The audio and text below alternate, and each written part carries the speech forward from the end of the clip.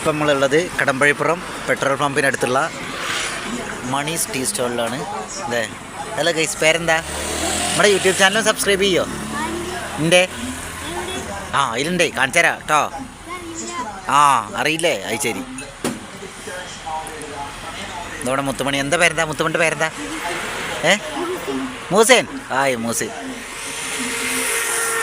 Monies tea stall. അപ്പോൾ എല്ലാവരും കൂടി വരിക. അടിപൊളി ചെറിയ പരിപ്പടയും കാപ്പിയും ഒക്കെ ഉണ്ട്.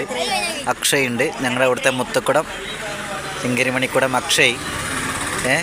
അക്ഷയിനെ കാണാത്തവർ കാണുക.